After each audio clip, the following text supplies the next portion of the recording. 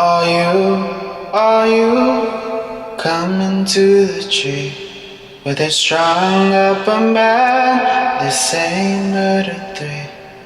Strange things that happen here, no stranger would it be if we met at midnight in the hanging tree.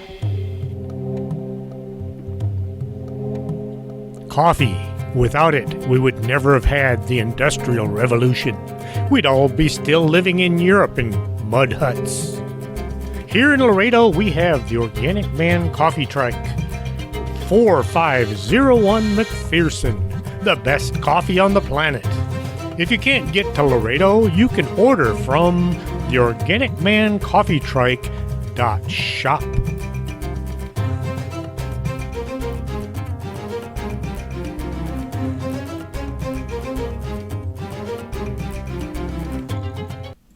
Welcome to the show. I'm your host, Chris James.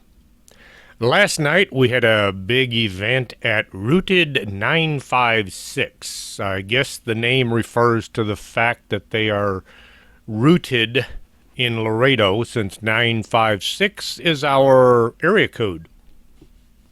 The United Kingdom has taken the lead. Canada is now in second place with Australia in third. I guess all those folks who found their computers playing my show turned them off. At least they got some entertainment out of it. Ghana is now in fourth place.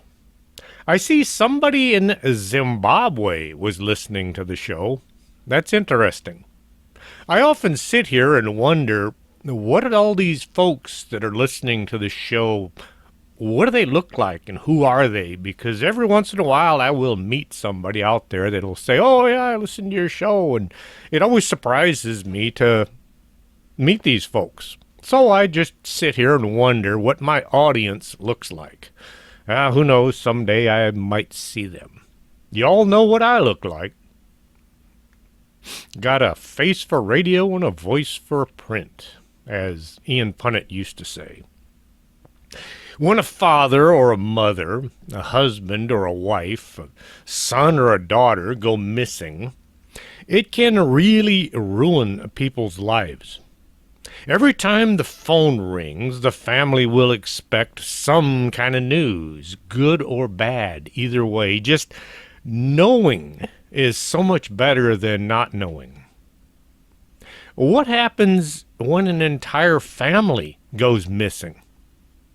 Here are some stories to make you a lot more nervous as you go through your day.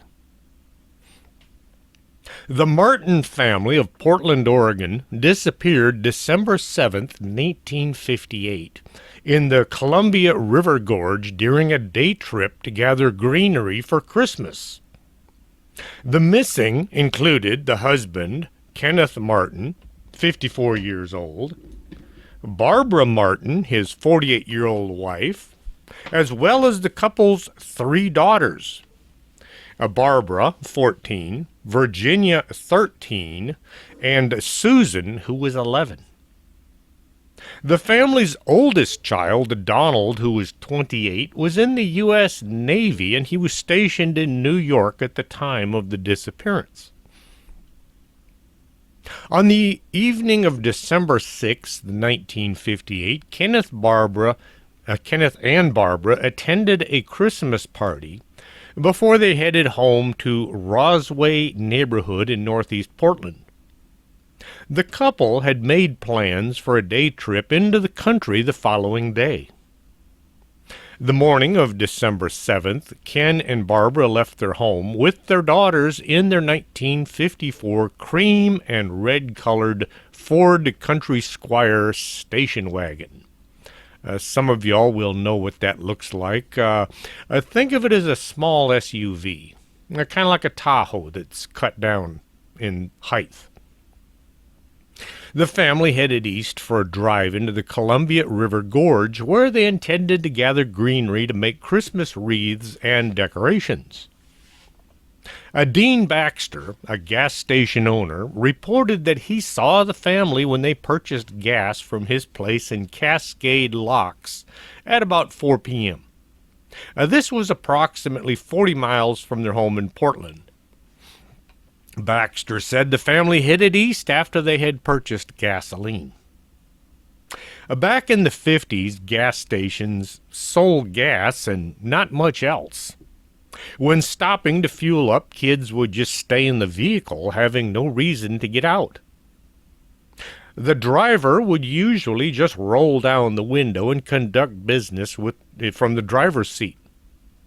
The attendant would do most of the work, pumping gas, cleaning the windshield, and checking the tires. Cash was used to pay for the fuel, the attendant making change if needed. Some would have a handful of small bills in their pocket along with the machine for getting out coins. Others would have to run inside and use the cash register. The sale, if they did the change right there at the pump, would be rung up later. No receipts were handed out. You didn't need one. This is why they called them service stations. All that for 19 cents a gallon. The family was seen again shortly after at the Paradise Snack Bar in Hood River, approximately 20 miles east of Cascade Locks, where a waitress named Clara York said she served the family. Other reports from passing motorists indicated the family was seen in an unspecified location on the north bank of the Columbia River in Washington state at around dusk. According to eyewitnesses who saw the family that day, Kenneth was wearing a tan zip-up jacket, dark slacks. Barbara had on a navy blue coat and black print dress. Her eldest daughter, Barbie, was dressed in jeans with the cuffs rolled up and a beige coat. Nobody noticed what the two youngest girls were wearing. December 9th, Kenneth failed to report for his job at Eccles Electric Home Service Company. Barbie was absent from her morning class at Grant High School. Both Susan and Virginia were reported absent by their teacher at the Rose City School. The family was officially reported missing that evening by Kenneth's boss, Taylor Eccles. Police investigated their residence at approximately 11 p.m., searching for any signs of what may have happened to the family. The house had been left undisturbed. There was a load of laundry in the washing machine, and dishes from the previous day were left on the drying rack in the kitchen. There was also a substantial amount of money in Martin's bank account. Searches were undertaken by both the Multnomah County and the Hood River County Sheriff's Departments, but neither were able to produce any kind of lead.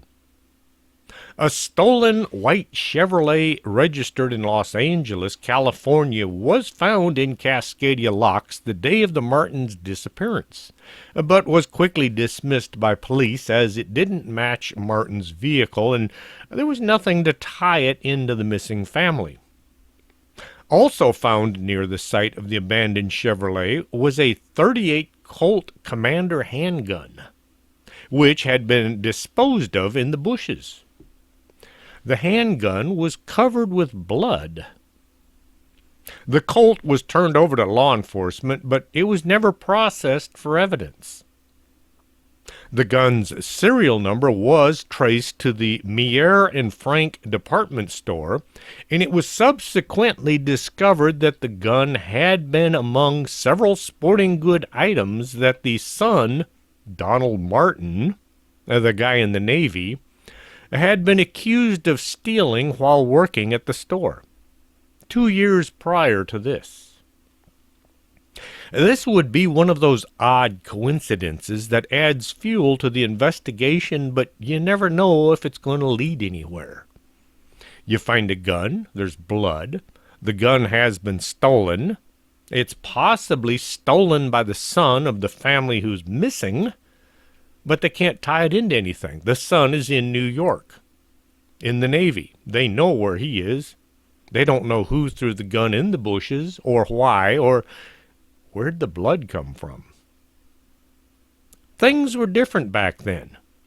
When the police heard hoofbeats, they just said, okay, it's horses. They didn't just assume that it was zebra. December 8th, Roy Light and another unnamed man, both ex-convicts, were arrested for car theft in Hood River County in connection with the abandoned Chevrolet, which raised suspicion in relation to the Martins' disappearance. A waiter at Hood River Restaurant, where the Martins were last seen, told law enforcement that he had seen Light, whom he knew, and the other ex-con in the restaurant at the same time as the missing family. He also stated that the two men left about the same time that the Martins did.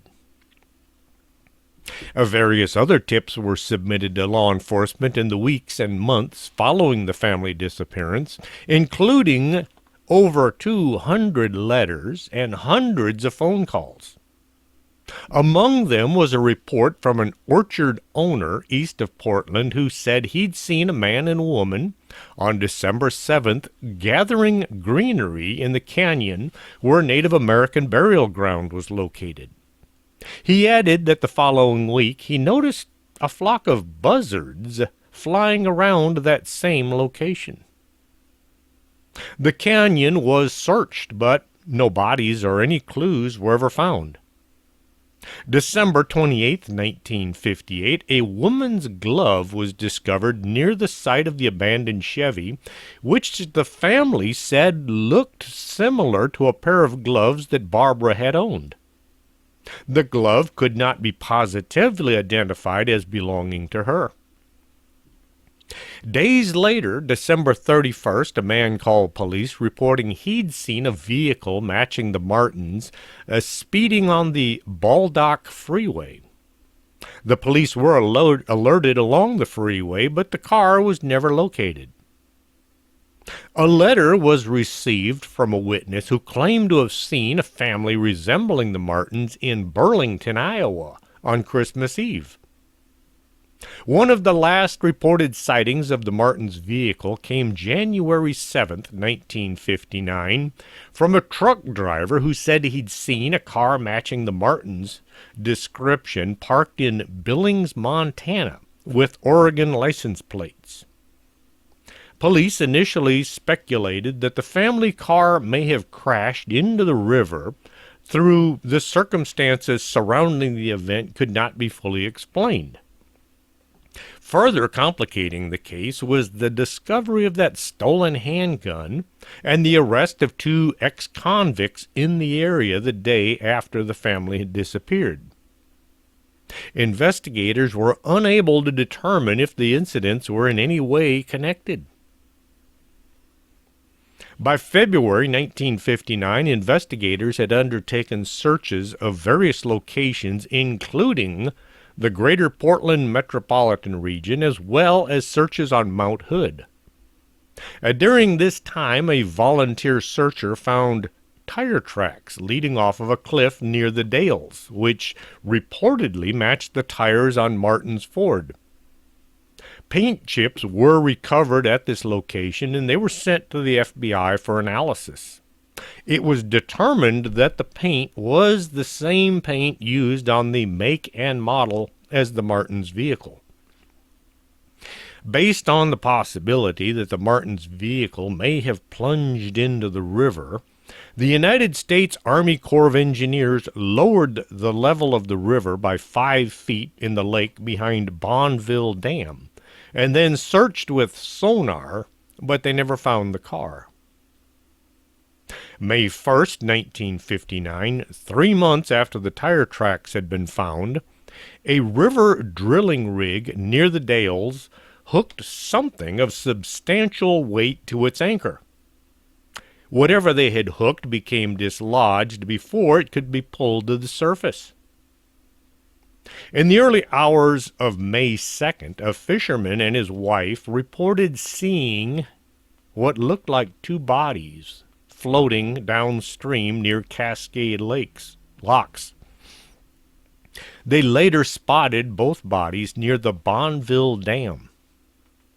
On the afternoon of May 3rd, the body of Susan was recovered on the north bank of the Columbia River near Camas, Washington, about 70 miles west of the Dales. Her identification was positively confirmed using dental records. The following morning, May 4th, the body of Virginia was discovered near Bonneville Dam, 46 miles west of the Dales. Also had to be confirmed using dental records.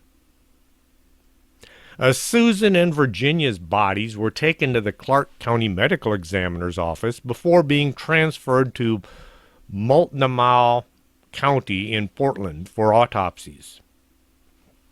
One of the technicians who had taken the fingerprints prior to the autopsy said he saw what he thought might be bullet wounds in the heads of both bodies.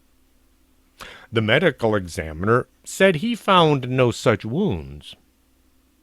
The cause of death for both girls was officially listed as drowning.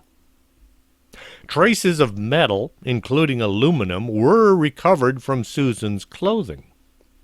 The spot on the river bank where the drill rig had encountered the submerged object and where the car is suspected to have gone into the river is directly opposite to an aluminum smelting plant. Rupert Gilmouth, the sheriff of Hood River County at the time, suspected that the drilling rig had overturned the Martins' car at the bottom of the river and had dislodged one of the doors, which allowed two bodies to drift out. Further searches of the water were undertaken by both sonar and helicopter, but they were unfruitful. The search for Kenneth, Barbara, and Barbie were subsequently suspended when one of the divers involved nearly died. Police theorized the family may have died as a result of Kenneth crashing their vehicle into the river, while another theory held that the family had been abducted and forced off the cliffside and into the water.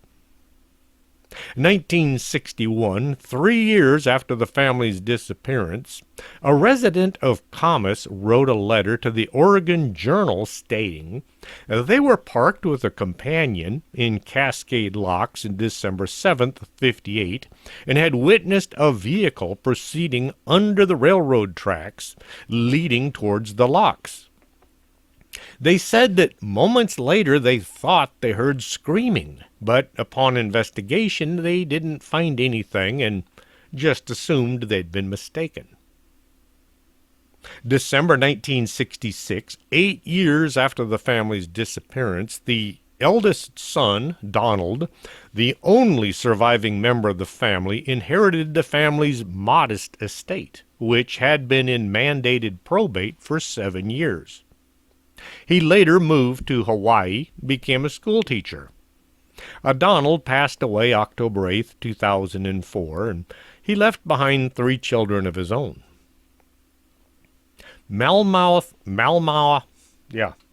Multnomah County Police consistently suspected foul play in the Martins' disappearance, based on the evidence of the tire tracks that indicated the family's vehicle was deliberately pushed off the cliff. Also troubling were the reported sightings of the family at dusk on the north bank of the river in Washington state, while the tire tracks placed them on the south side of the river in Oregon. This could suggest that their car might have fallen or been pushed over the cliff after nightfall.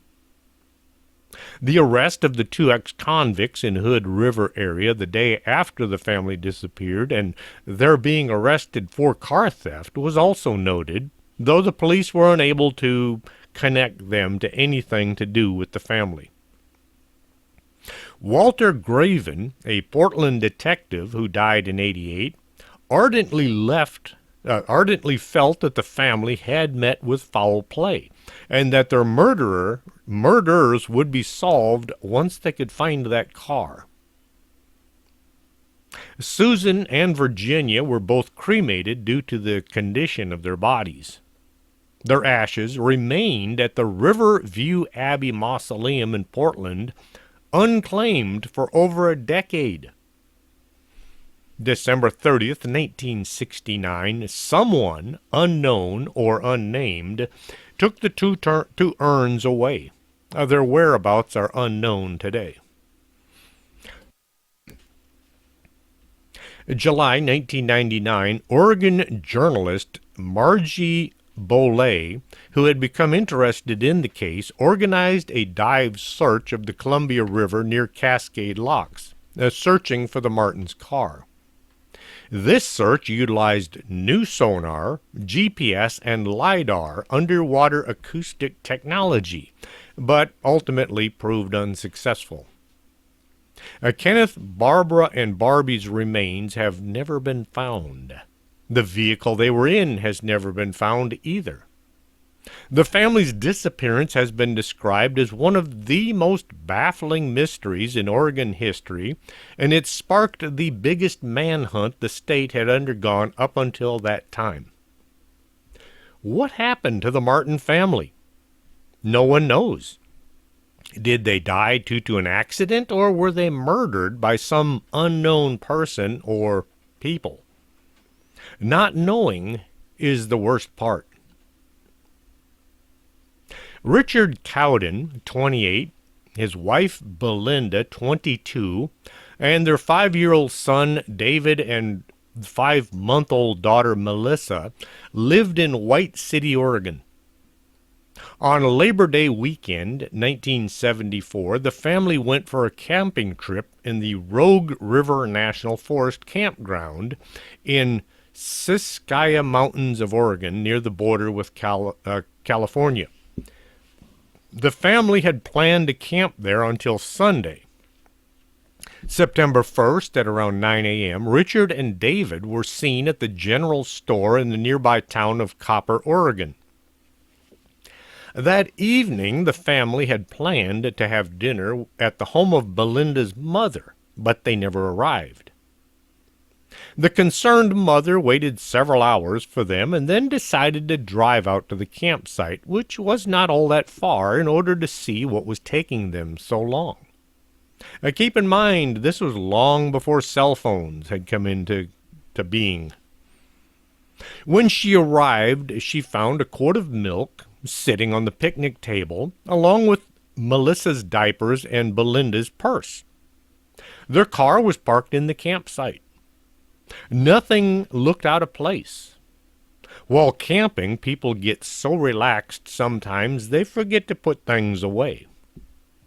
I've left my cell phone on a picnic table and walked off and never thought anything about it until I got back.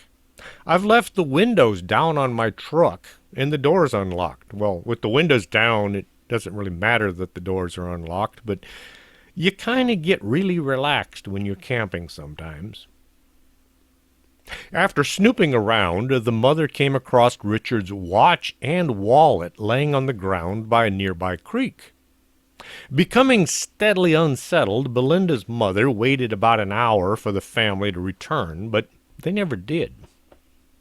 The Crowden family was reported as missing, and authorities paid a visit to the family's campsite to have a look.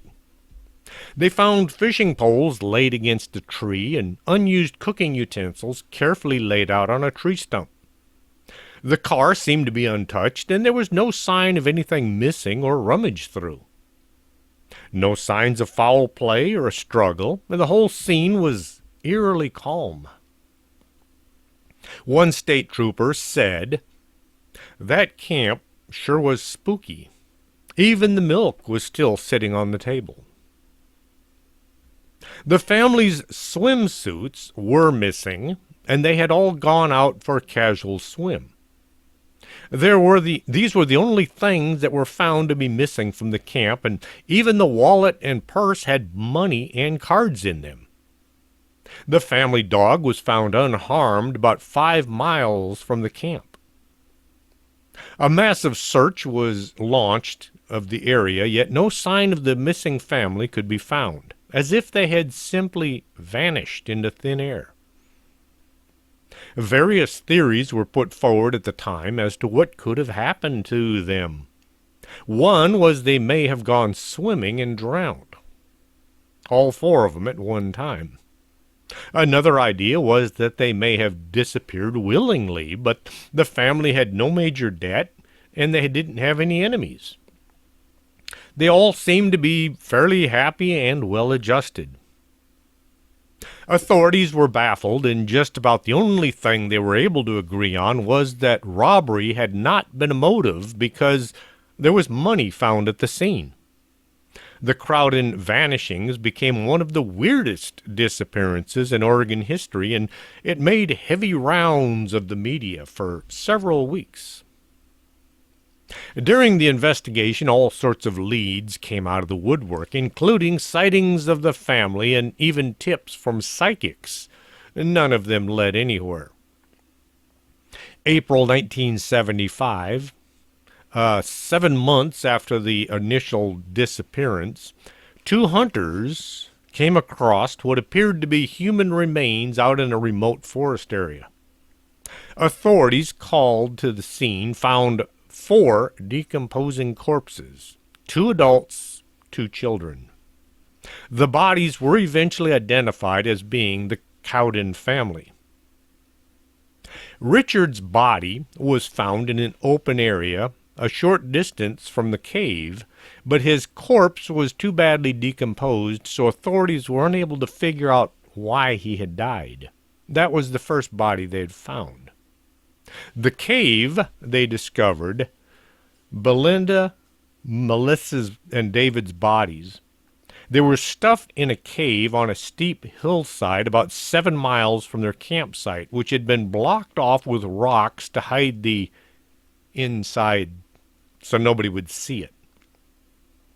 The cave was only about 100 feet from an area that had been heavily searched by police at the time of the disappearances. Oddly, they didn't find the body of Richard. Both David and Belinda were found to have been shot with a .22 caliber handgun. Melissa apparently had been beaten to death. It was at first suspected that Richard Cowden had murdered his family and then committed suicide, but a thorough search of the area turned up no weapons of any kind. It was then speculated they had met with some sort of foul play. One of the scenarios put forward by the police was that they had been abducted at gunpoint after they had gone swimming in the creek and then had been driven some distance away, forced up the hillside, and then shot execution style, although nobody had any idea why this was done or who would have done it. You don't just go abducting families for no reason. Suspicion was leveled at Cowden's father because he had committed suicide shortly after the vanishings, but he would later be cleared. Keyser, the officer in charge of the investigation, explained other possible culprits. You have to remember it was summer, and there were all sorts of people in that area. There were so-called hippie types, a motorcycle gang, and so on. An actual suspect remained elusive until authorities eventually homed in on a convicted murderer named Dwayne Lee Little, who had done time for assault and the killing of a teenager in 1964. Little, who had been released on parole in 1974, was reported to have been buying gas in the general vicinity of the Cowden campground shortly before their disappearance. There was never any evidence to conclusively link Little to the crime, and although he would eventually be arrested and convicted of another murder of a woman in 1980, they still have no idea if he had anything whatsoever to do with the Cowden family murders. He refused to say anything about it, saying he had no idea. To this day, what happened to the Cowden family, nobody knows. My wife often wonders why I carry my pistol all the time. Even when hiking in some distant park, I am always armed. It's great to live in Texas where we can do that. Being on the alert while in some big city where crime is in the news, that's understandable. Being alert at all times takes some paranoia. I'd rather be paranoid than missing or dead. Bobby Dale Jameson, his wife Charlene, and their 6-year-old daughter Madison were living in Eufaula, Oklahoma. Eufaula? Eufaula. I'll just call it Eufaula, Oklahoma. October 8th, 2009, all three of them mysteriously disappeared from their home with no indication of where they could have possibly gone. After a few days of searching, the police turned up the family's pickup, but it was only raising more questions than answering. The Jameson family truck was found in Latimer County, about an hour drive from their home.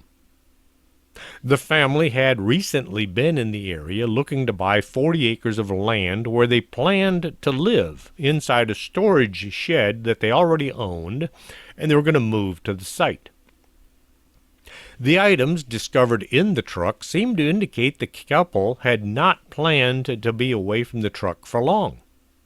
Inside, investigators found their IDs, wallets, phones, Cheryl's purse, and the family dog, which was malnourished but still alive in the back seat. They also found $32,000 in cash. Bobby Dale and Charlene were both on disability at the time of their disappearance, and where they got so much cash, nobody knows. Investigators immediately suspected that drugs had been involved in the disappearance and that the large amount of cash was a result of the couple either going to buy drugs or having just sold them. No one could explain why they would have brought their daughter along with them. Well, I've seen entire families trying to smuggle people and drugs. Little kids sitting in the vehicle with bags of illegal stuff all around them. It was impossible to tell from the condition of the truck if they had left voluntarily or had been forced out of the vehicle by someone else. A search party was formed and investigators combed through miles of woods and surrounding area looking for any trace of the Jameson family. They turned up nothing. The case went cold until November 16th, 2013. 3 miles from where the Jameson family truck was found 4 years earlier, hunters stumbled upon a partial skeletal remains of 2 adults and a child. Forensic testing proved they were the skeletons of Jameson family, but due to the state of decomposition, the cause of death could not be determined. Chattanooga, Tennessee. I'll bet you they're calling me about my vehicle warranty. Funny thing is, I turned the Do Not Disturb button on, but, well, it's apparently not working. Yeah, I get a lot of phone calls from people wanting to sell me extended warranty for my truck, and as soon as I tell them it's got 250,000 miles on it, they hang up. They don't even bother to say, oh, sorry, we don't cover a vehicle that old. No, they just hang up and call somebody else. It gets a little annoying. Well, whatever happened to courtesy when you call someone? Oh, I'm sorry, you have the wrong number. No, it just clicked. Oh, well. It turned out that the police discovered a video, security video, from the couple's home. In the video, it showed the family, the husband and wife, going back and forth between the house and the truck, packing up their belongings. Prior to their disappearance, Bobby Dale had gone to his pastor and told him his home was haunted. He said they had 2 or 4 ghosts up in either the attic or on the roof. Sherilyn had also purchased a satanic Bible, saying it was just a joke. Bobby Dale confessed to his pastor that he had read it, leading some people to believe that witchcraft or possibly some kind of cult activity was involved. The Satanic Bible is a collection of essays, observations, and rituals published by Anton LaVey, 1969. It is the central religious text of Satanism and is considered the foundation of its philosophy and dogma. I would say, if you're not fully prepared to step into Satanism full time, don't go messing around with this book.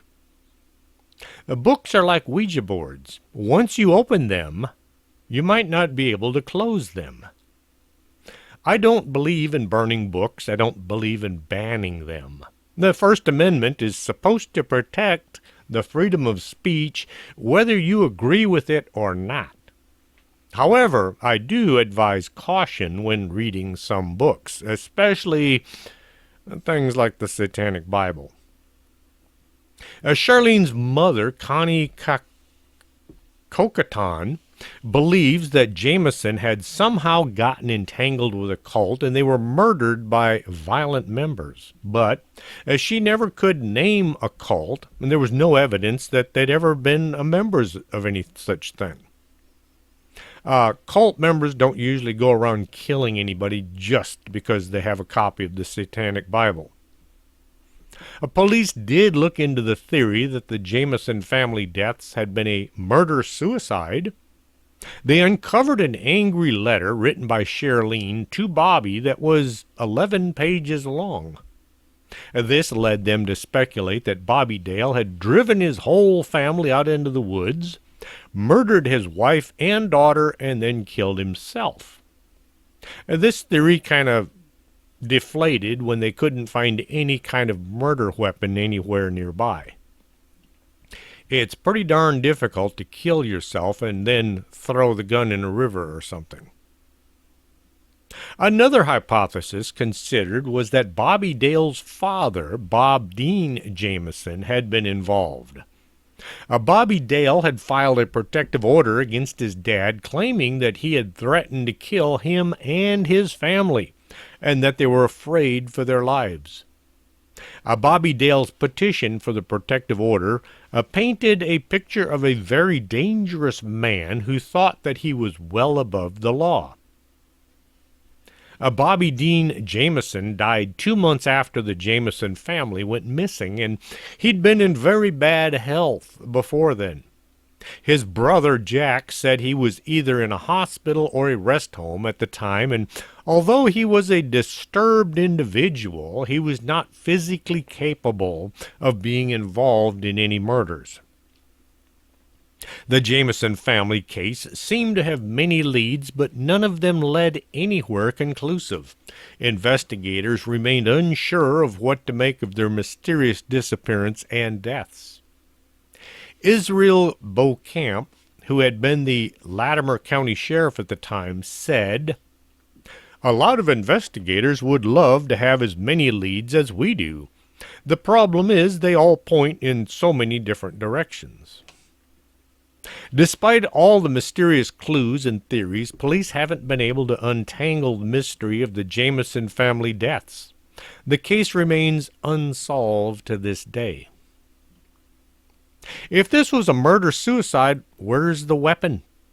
If this was drug deal gone bad, why had the family packed their possessions to go buy drugs? My great-grandfather, on my mother's side, came from France. I don't speak French, so when I mispronounce the next bunch of words, keep in mind I also mispronounce English words all the time. August 30th, 1999 was the last day Dr. Yves Godard spent caring for his patients. He cleared his schedule for the following day before leaving for home. He spent August 31st taking his children, 4-year-old Maurice and 6-year-old Camila, to a nearby fishing spot. September 1st, Dr. Goddard left his Caen, France home with his two children in their Volkswagen camper. Before leaving, he stopped to chat with his neighbor, Bernadette Chassel. He told Bernadette the family was going away for a few days and asked her to keep an eye on his cats. He did not give her the key to his house. Bernadette recalled seeing the children in the Volkswagen, but not his wife, Marie France. The doctor drove them to a port town of St. Malo, and there he rented a yacht. He left his camper in the marina parking lot, packed his kids in a 40-foot yacht named the Nick, and told the owner he would be back September 5th. The family sailed away. The following day, September 2nd, Nick was stopped by French customs who were doing a routine inspection. The customs officers noted that one of the kids was asleep on the deck.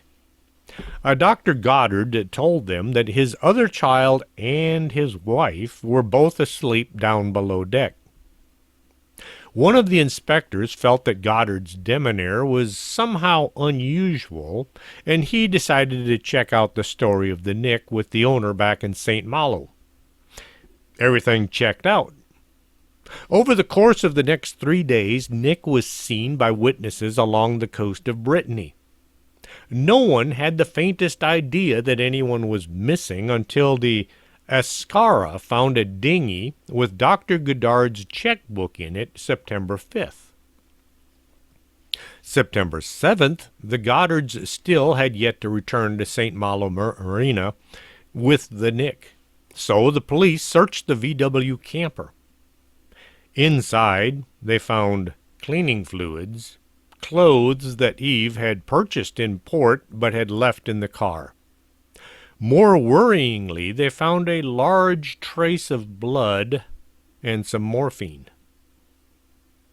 The sinister discovery prompted a search of Goddard's home near Caen the following day. Police found traces of blood in the living room, bathroom, and the master bedroom. What they did not find was Marie France, who no one had seen for 9 days now. It had been 6 days since anyone had seen the rest of the Goddard family, and 2 days since anyone had seen the rented yacht named the Nick. In that time, the case of the Goddard family had escalated from a missing dinghy to possible homicide. September 16th, 11 days after the dinghy was discovered, amateur sailors off the coast of the Channel Islands of Guernsey and Erigny discovered a life jacket that had the name Nick stenciled on it. A week later, September 23rd, the inflatable survival raft of Goddard's boat was recovered half deflated on a beach in Lyme Bay, Dorset, England. The raft's canvas canopy had been cut off and was missing. The dinghy's emergency inflation device had been detached. According to the manufacturer, the dinghy could only have remained inflated for about 72 hours once that device was removed. French investigators were leaning towards the theory that Goddard had murdered his wife and then fled. The latest discoveries brought chaos into the investigation.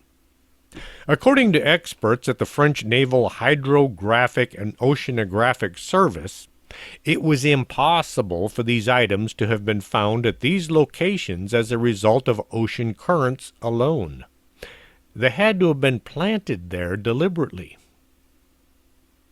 January 16th, 2000, 4 months after the disappearance of the Goddard family, a canvas bag came up in a fisherman's trawler net off the coast of Ile-de-Batz. Hey, that's how it's spelled. I-L-E-D-E-B-A-T-Z. Ile-de-Batz. I'm sure that's not how it's pronounced, but that's how it's spelled. It contained numerous personal effects belonging to all members of the family. There were clothes, a driver's license, insurance documents, a checkbook, the entire contents of Marie France Godard's handbag, some binoculars, and a hammer. Most people who go sailing don't carry a hammer with them. June 6, 2000, a seashell harvester's boat cast its net along the bed of St. Brieuc Bay off the coast of Iquique. In the middle of the night, the dredger brought up a fragment of a human skull. The fishermen quickly chunked it back over the side. Later, they found another skull. This time, they hung on to it, turned it over to authorities. A DNA analysis revealed that this was the skull of Camille, Godard's daughter. Scientific analysis concluded that the skull had been in that location since about February 2000. This led investigators to believe the Nick had somehow sunk, claiming the lives of its 3 passengers. The area in which Camille's skull was found, which is close to where the Nick was inspected by the customs officials as September 2, 1999, was scoured by a mine hunter and a French Navy, but no trace of the boat was found. Mine hunters, or mine sweeps, regularly patrol the channel looking for explosives left over from World War II. They still find these deadly devices, which can still be highly dangerous. The investigation took on a new dimension when Godard's business card was found February 11, 2001, by a beachcomber in Ibayan Archipelago, a little island. Archipelago? That's an island that's made up from coral and sand. Archipelago. Well, I'm not even going to try it. A little island off the coast of Saint Just de la Mer. Once again, like I said, French names, not sure how they're pronounced. February 22nd, a bank card bearing Godard's name was found on the same beach by a resident of Saint Jasut. Then, May 24th, somebody found a credit card, again on the same beach. Investigators searched the beach thoroughly, and the examining magistrate ordered a mine sweep to survey the seabed around the little island. But again, no trace of the Nick were found. June 3rd, another credit card was found off the beach by a diver. These events led investigators to believe the Godard had stopped off at this beach and emptied the contents of his wallet. Further searches were carried out at the beach, including a tractor that drug a rake back and forth across the sand looking for any more evidence. Godard, his family, personal effects. No more of Godard's personal effects or those of his family were found. June 31st, another credit card was found on the beach. All these cards were analyzed by Forensics Laboratory, where it was determined that they had not been floating around in the ocean before being discovered. They had not been thrown into the water. It is likely they were discarded by somebody on the beach. Investigators and the lawyer of Marie France Godard's family believed that it was the work of an accomplice who wanted to make it look like the deaths of Yves Godard and his children were accidental. A briefcase belonging to Godard was found August 8, 2003 in St. Brieuc Bay, but investigators were unable to determine for a fact that it was his. September 13, 2006, a femur and a tibia belonging to Godard were found on the seabed of Herds Deep, 43.5 miles north of Roscoff. The French Navy mine hunter, the Eagle, was dispatched to the area to try to find a trace of the sailing boat, but they did not. Confirmation of Godard's death brought about an end to most of the public interest in the case, but the mystery of the disappearance of his wife, whose body has never been found, and the deaths of Godard and Camille, as well as the very likely death of Maurice, remain unsolved. It was either an accident, a murder-suicide perpetrated by Yves Goddard, or a family annihilation carried out by third party. December 14th, 2008, a plastic insurance card belonging to Goddard was found in perfect condition on the beach in Chappelle, which caused investigators to renew their efforts in the case. February 2018, a child's skull was found in the beach in Plérine, which made most people believe that it belonged to Maurice. The whole case is confusing.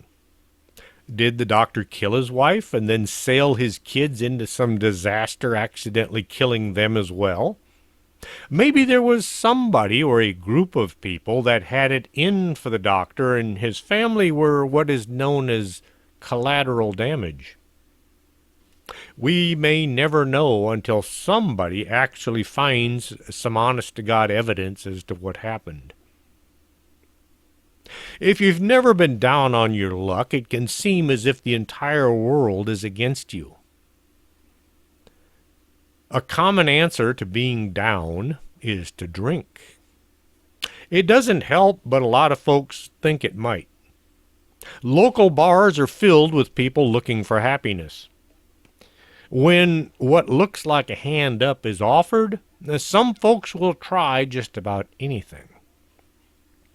Tuesday, August 1st, 1989, a 26-year-old Ronnie Jack left the First Leader Pub in Prince George, British Columbia, feeling rather uplifted. Ronnie had been out of work due to a back injury, and the Jack family had been reduced to subsiding on welfare.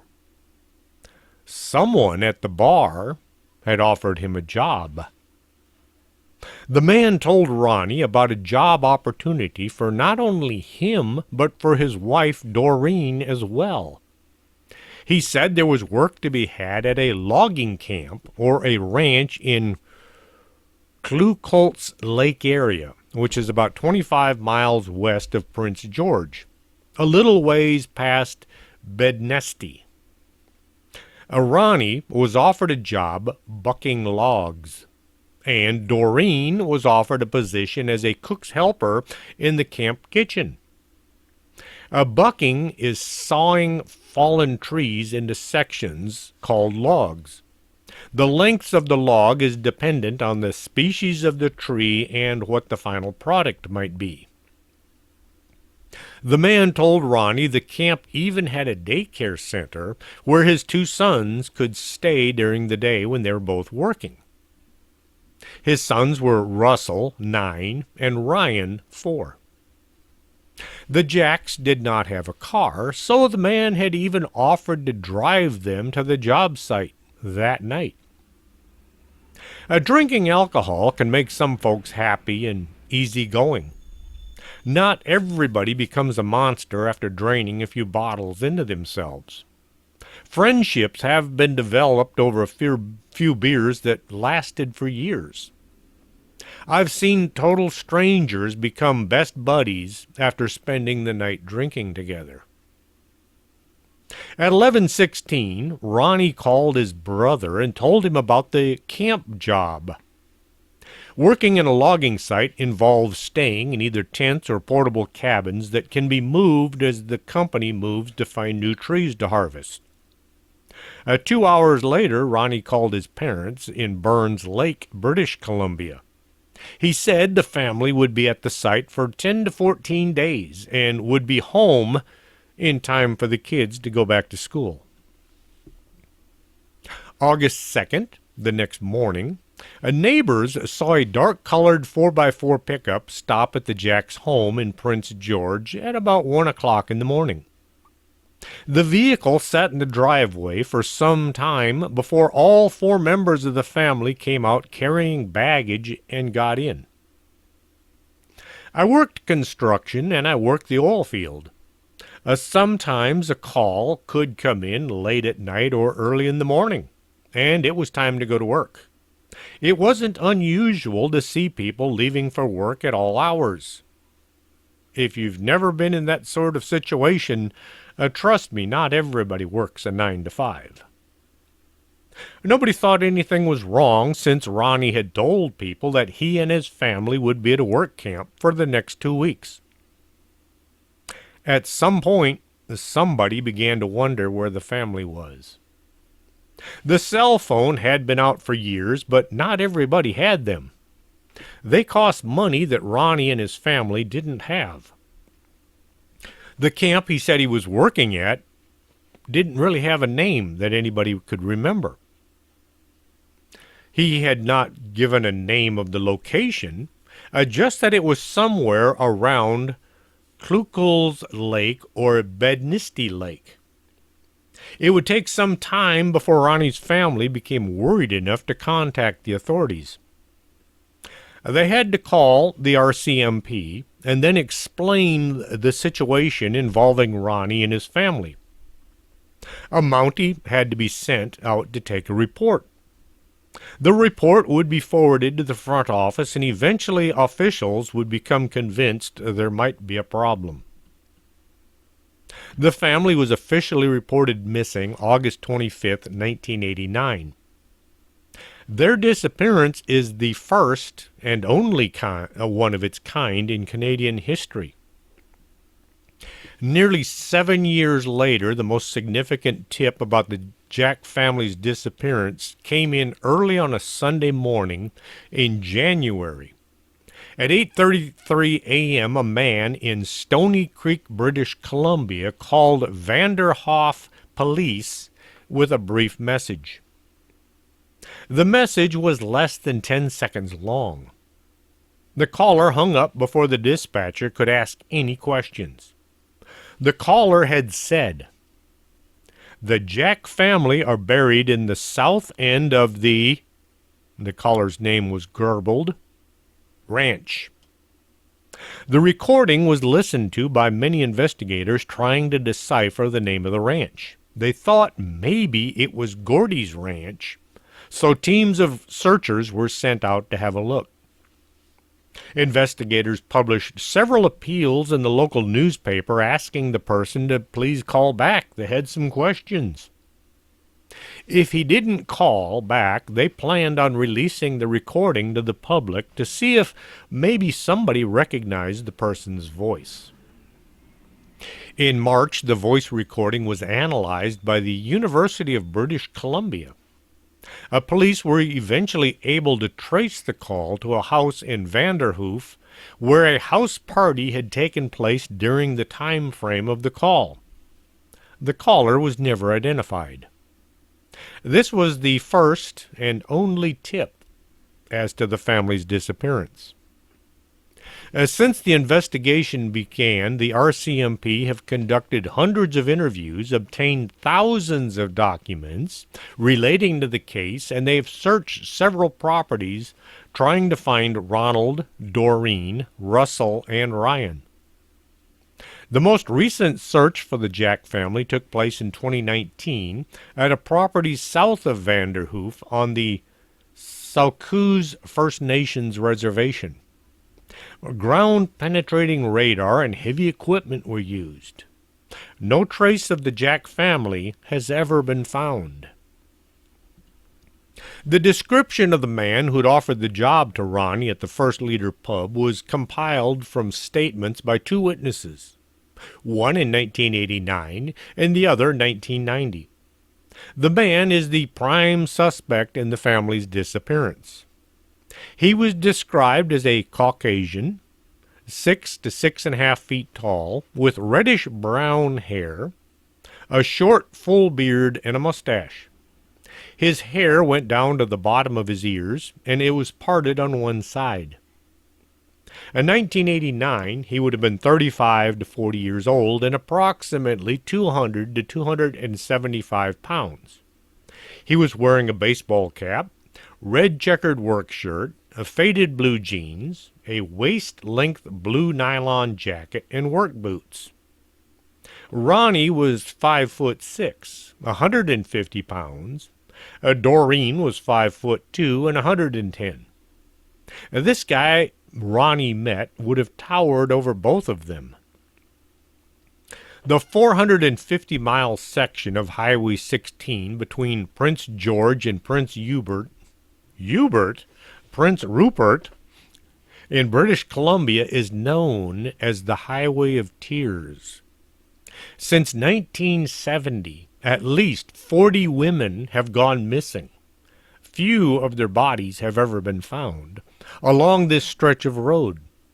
Some folks believe that the Jack family may have been victims of the serial killer or killers who are working this area. It would be odd for a serial killer to pick up an entire family, but then odd things happen all the time. We may never know what became of this family of four. The area where they went missing is not developed. It's a lot of trees and a lot of animals and not a lot of anything else.